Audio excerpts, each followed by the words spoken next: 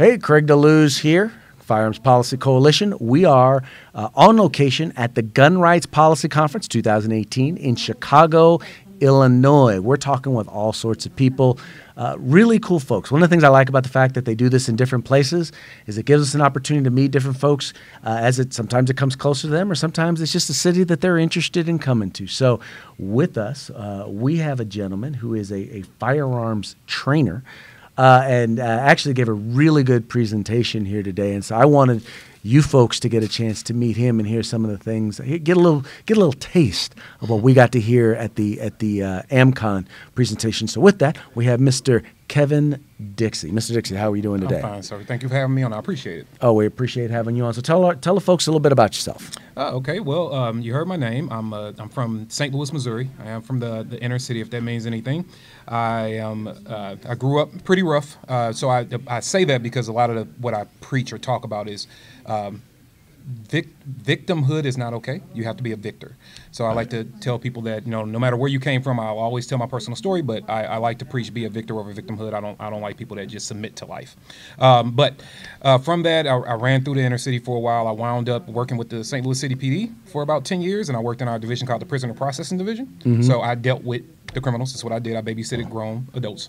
Learned a lot doing that. Learned a lot about the law, obviously. That came with a lot of firearms training, exposure, and things like that.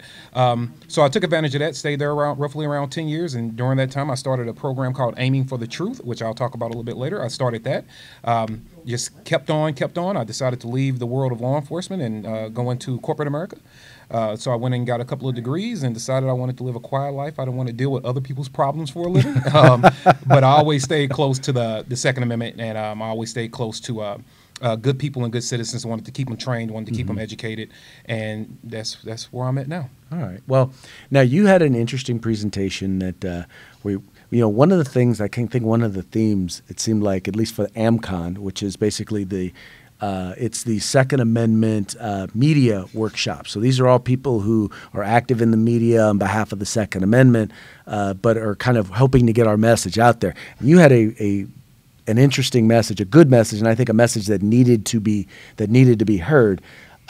You want to share a little bit of that with the folks here? Sure. One thing that I caution everybody to be aware of is your own bias, and that's generally what I was saying. Because see, we have a problem with not understanding the perception of others. So when we get into this gun debate, and I care about it so much because I want people to be okay. I want human life to survive. I want good to defeat evil and all that good stuff, right? So I care about it so much where I don't mind telling people where they're wrong. And when you are not understanding the perception of others, which is what I want to let the media know today, you're going to lose them. So I advise others, don't make everything political. Mm-hmm. Don't make every discussion political. Sometimes you just need to talk about the facts and the policy, and if politics aligns itself, so be it. Mm-hmm. But talk directly to people, and even before you do that, understand them. Mm-hmm. Like, so when we're getting behind these microphones and people are reaching hundreds of thousands or millions or 4 people, I don't care. When you're reaching those minds, what message are you carrying with them? What message are you carrying to them, rather? And how are they perceiving it? So a big part of the gun debate now, and when people are talking, a lot of times it comes up with the minority community. It just comes up in like almost every conversation. Even if you try to avoid it, if you are a minority in the room, somebody's going to bring it up, right? Oops, sorry. It's always going to happen. So I want to let people know that if we're going to be having those conversations, then you must actually understand the community you're trying to reach. So an example I gave today was, we speak about 1776. I can tell you, well, actually, 1776 really started heavily in 1775. It just took to 1776 for it to actually blow over. And yeah, we can understand the historical value in it and what people are speaking about. But when I said that in Jefferson City, Missouri, the state capital, to hundreds of great individuals, these are great people, and they're there to protect their rights. And I asked them to say, give me your response when I say 1776. I mean, man, the crowd went crazy, and I expected it, and I love it because I want that to be a reaction. Right. And then when I said 1921, crickets. Like, I think even the crickets got quiet. Oh yeah, he did it in the room today. There were still crickets. So just to let you know, you already knew that was going to be the response. Oh yeah. So please, and I know right now someone's up there Googling. They're out there right now Googling 1921. I know you are. So before go ahead and be Google. Be Google for them. Okay, I'll give the brief version of what happened. We're talking about American lives, right? Right. When we talk today, we talk about Americans understanding why they are preserving their rights. Okay. You had American brothers that happen to be African American, black, whatever you feel comfortable with, minorities, that lived in a town called Tulsa. Well, Black Wall Street was the nickname it was given. It was Tulsa, Oklahoma. And Black Wall Street was successful. So everything people say, if you know, you get some of the really, really extreme arguments, if they would just get their lives together, blah, blah, blah, blah, blah. Okay, well, let's talk about a community that was so self-sustained. For every $10 spent, only $1 escaped. Hospitals, schools, I mean, you name it, these people had it. And they weren't trying to be separate from everybody else because they thought they were better. They were separate because they weren't accepted. Right. So they said, fine, we are going to do this on our own. And what wound up happening was a court case went bad, and the just for context, the white community, including law enforcement branches up to the National Guard, eradicated that town. Yep. They burnt them out. There's still some footage of a state police plane dropping, makeshift bombs on top of the town and burning those people out. And now that area has been totally gentrified. It no longer exists. It's gone. Right? They tried to recover. And that's an important fact about that. They tried to recover, just financially they couldn't because the money escaped. So they couldn't even rebuild their own community. Those were hundreds of American lives that were demolished on American soil. And the last time I checked, 1921 is a lot closer than today than 1776. Right? But we don't have that knowledge. We don't talk about that publicly. We can even talk about 1917, East St. Louis, where 250 people were slaughtered over in East St. Louis, Missouri. And Missouri governor told his law enforcement, do not let those people escape over here. Don't let them run from slaughter to safety over here, an entirely black community, once again, because of a situation gone wrong. And you know what's funny about that? And I tell people, like I was telling them, understand and arm yourself and weaponize your truth better. Because do you want to know the people that protected those individuals in East St. Louis? It wasn't the National Guard. It wasn't the police. And it sure wasn't the community members that were slaughtering them. The militia finally said enough is enough, and they came and escorted those people to safety. Right. Well, and that's, the hard part, and this is the thing, is getting people to understand that the American experience is different for different people. Yes. And understand that when, we had a politician who was running for governor one time, and he was talking about, the golden era of California. Well, the golden era of California wasn't golden for everybody, just like the good old days in the United States weren't good for everybody. And so understand, know your audience. And when you are communicating, when you're communicating in particular beyond your base, you're communicating to a specific group. Understand that there's an experience there that is different. Look, the best marketing companies in the world, Nike, Coca-Cola, McDonald's. Look at the ads they do on, say, BET versus the ads they do on the Lifetime channel. Mm-hmm. Different ads, yes, different audience. We have to understand that we can't have one message. I mean, we have to have one message, but sometimes how you communicate that message and what's important about that message is different depending on your audience. And part of that comes from, as you talked about, taking some time to get to know your audience. Exactly. Another thing I would say that we miss out on, and I brought up here at the conference, think about every time something happens in the communities you're trying to reach now, right? Mm-hmm. So if a tragedy happens now, or they're trying to get a rally together, the normal sponsors of those rallies that throw that support are your local hospitals, your local grocery stores, or local businessmen and things like that, right? You don't necessarily see, you don't see the Second Amendment community jumping in when tragedy happens. You only see the Second Amendment community get vocal, really vocal, when it's a riot. And then how does that look? It looks like you're against what I'm talking about, right? What I'm trying to get people's attention about. So whether that's I'm not saying that's your mission, but that's what it looks like. Well, now, okay, so what I will say to that is this. There's a guy, Sacramento Black Rifle. The guy owns, his name's Rob Adams. He owns Sacramento Black Rifle and Sparks Black Rifle, which is in Sparks, Nevada. And, he does give a lot of money to the community and is active and stuff like that. And what he's found in particular over the last couple of years is they start, if they start literally have started just giving the money back or not accepting the money or once his banner is up, they see that, it's Black, they'll turn around and take it down because they don't want to be affiliated with anything Second Amendment or anything firearms. And you know what he should do? And I agree. If you're not going to be accepted, you're not accepted. And I'm not saying that I don't want that to be misconstrued. I'm not saying that just for argument's sake and clarity, I'm not saying that a gun company or a gun store should necessarily give money to BLM. Right. What I'm saying is for grassroots movements like mine, what I like to do is I said I wanted to be the example. So when we come in and we address things that are family orientated, that are dad orientated, that are community orientated, I ask the gun community to sponsor those things. Because now people can see you in a different light. They don't see you around a political cycle when everybody's trying to get votes. They don't see you just in the area when it's a riot going on and the news cameras are hot. Now all of a sudden you got an opinion. No, they get to see you on a Tuesday, just caring about something that happened to them. Right, and and the reason why that's so important is because when you're not there, you people don't. What's that saying? People don't care how much you know until they know how much you care. If you're only showing up when you want something, meaning their vote, then they believe that you're going to be disingenuous. And largely, when we're absent, not there, it also opens up the door for people to lie. True. And we all know that there are many, many people in the anti-gun community who go out and spread misinformation and incorrect facts about firearms law, and the impact of firearms, and all to push a particular agenda. And some of them it's because they don't know any better, and some of them it's just because that's the popular thing to do.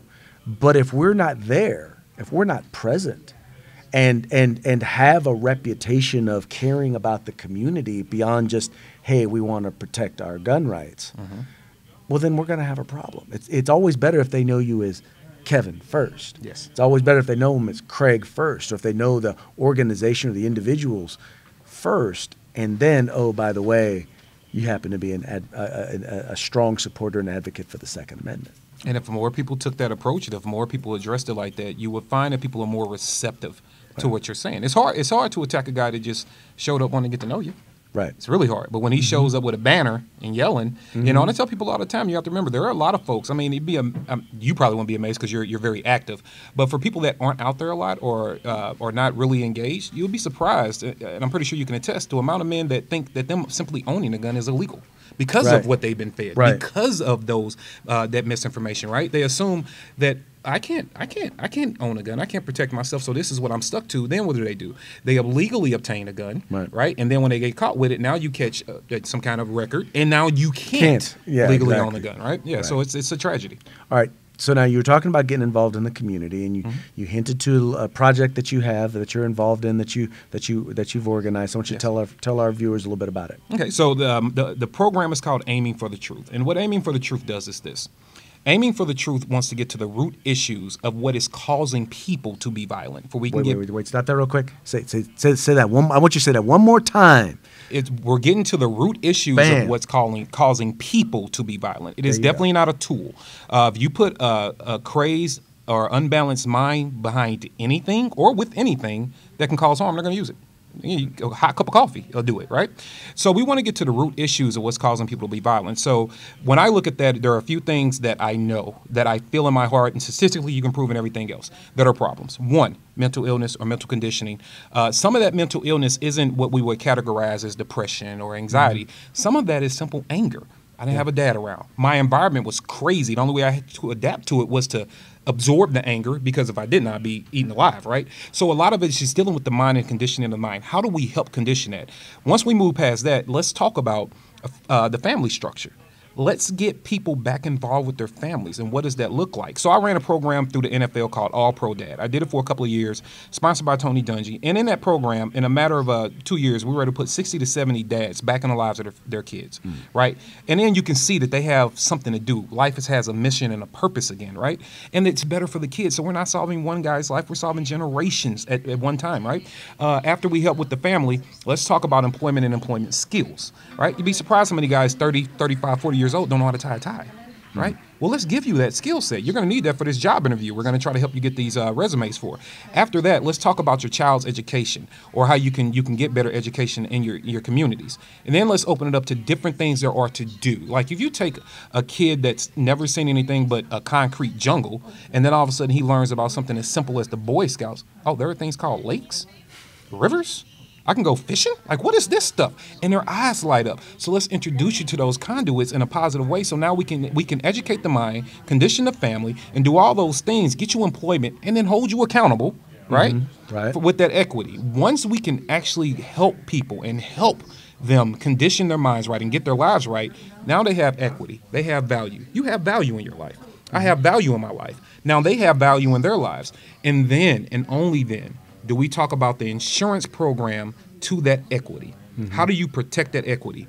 That being the Second Amendment. And you can see how everybody is way more receptive, because then, guess what it is? It is not political. It's personal. Right. You're right. And then they adapt to it. So go flip me. So aiming for the truth is something that I've taken to several cities around the country. I'm trying to do more. We do have a GoFundMe.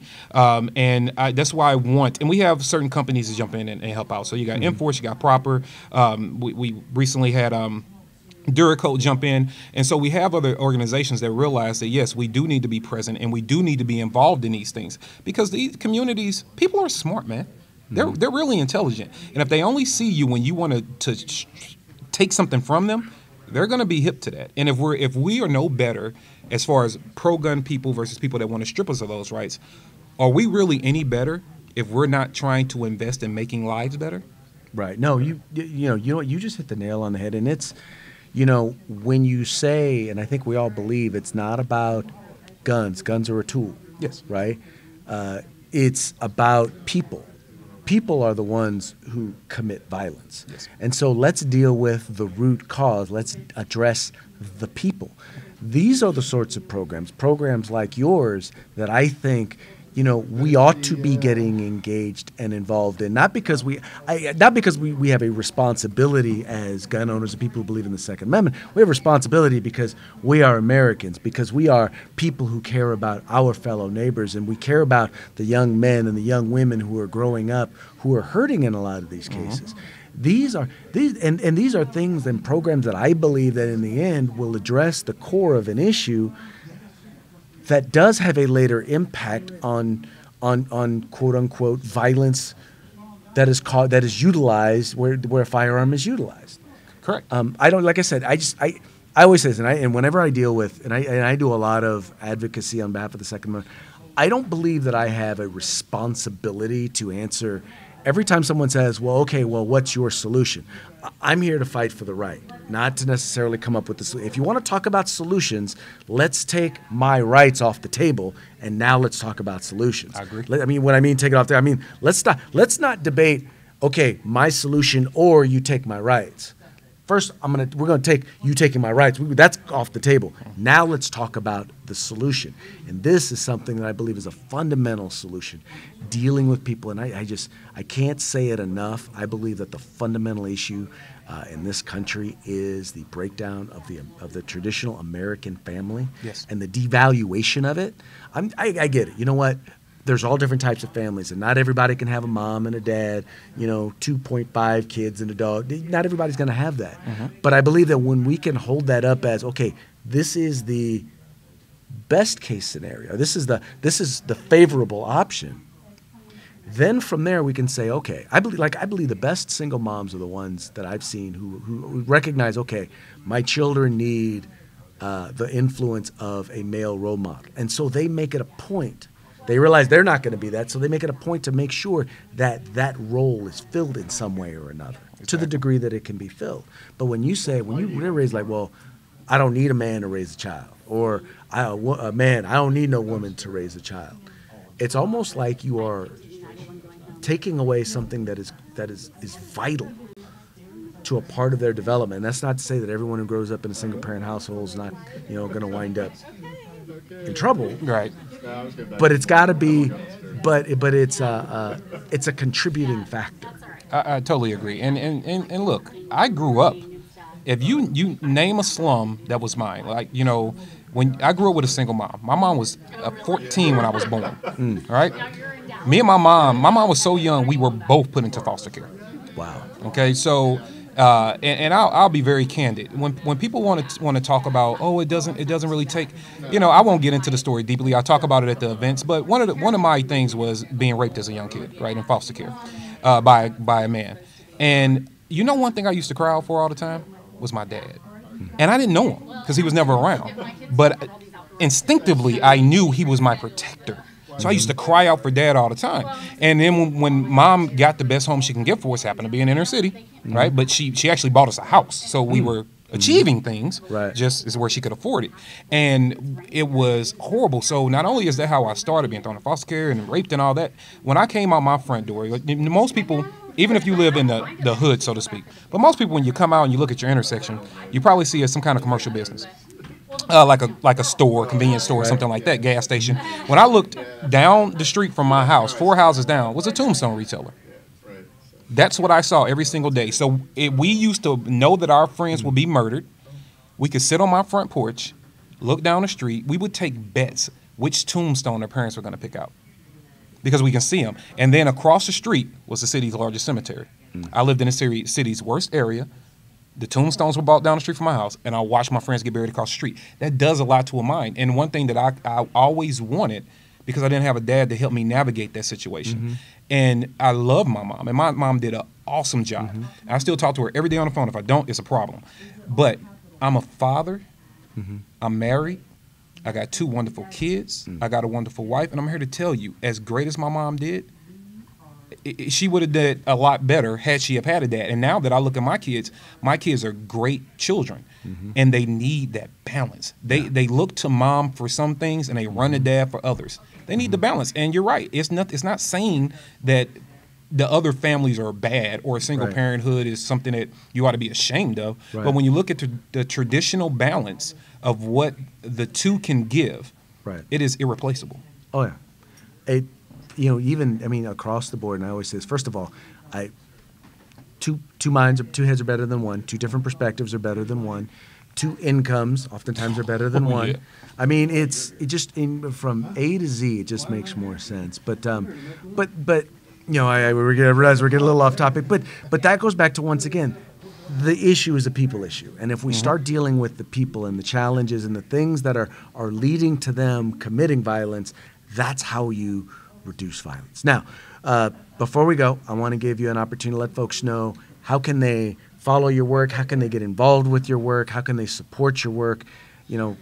Basically give them your social media contacts, wherever the social media, website, all that, where they can find you. Sure. So the website is nootherchoice.net. If you are on Facebook, the way you can reach us is 3 different ways. It's NOC for No Other Choice Firearms Training. You can also look up KD for Kevin Dixie, KD of NOC. And then just my personal page, Kevin Dixie. On YouTube, it's NOC Firearms Channel. On Twitter, it's NOC Firearms. On Instagram, it's KD of NOC and NOC Firearms Training. If you want to help with the mission, there's a few great things you can do. You can go to my page. You can order some merchandise. That's always a good help. You can also go to GoFundMe/Aiming for the Truth. And you can make a financial contribution there. You can also go to paypal.me/No Other Choice Firearms, NOC Firearms. That'll be a great help. And we're also on Patreon, patreon.com/NOC Firearms. And the beautiful thing, too, if you help set up an event aiming for the truth in your town, only thing that inquires is you shoot an email over to us at training@nootherchoice.net and just simply title it, "Hey, I want an event in my town." I'll send you back a few simple instructions. We'll set up an event, and while we're there, we can also set up a firearms training course. So you can do great work for the community, and then we can get you out and run guns as well. So it's even kill. So that helps as well. Take firearms training from us, because when you take gun training from us, you're actually giving to Aiming for the Truth, because we take all the proceeds and give it right back to Aiming for the Truth. So that's the ways people can get involved. See, now that's what I'm talking about. Look, got it clear, concise. There are so many different ways for you to get involved, so many different ways for you to help. Or just to plug in and find out what's going on and spread the word. Nothing else, helping to spread the word. But once again, I want to thank you for coming on. I want to thank you for being here at the Gun Rights Policy Conference. Looking forward to hanging out with you over the next couple of days. Thank you for having me on. All right. All right, folks, that's another really good interview. We've got a lot more coming up, so please remember, like and share these videos. Tell your friends about the Firearms Policy Coalition here at the Gun Rights Policy Coalition. Gun Rights Policy Conference. Woo, it's been a long day, folks. Anyway, thank you so much. Thank you for being here. Thank you so much for supporting the Firearms Policy Coalition. We are the home in the fight for civil rights. Got to use them or you're going to lose them. Guys, take care. If you like our videos, follow, subscribe, like, and share.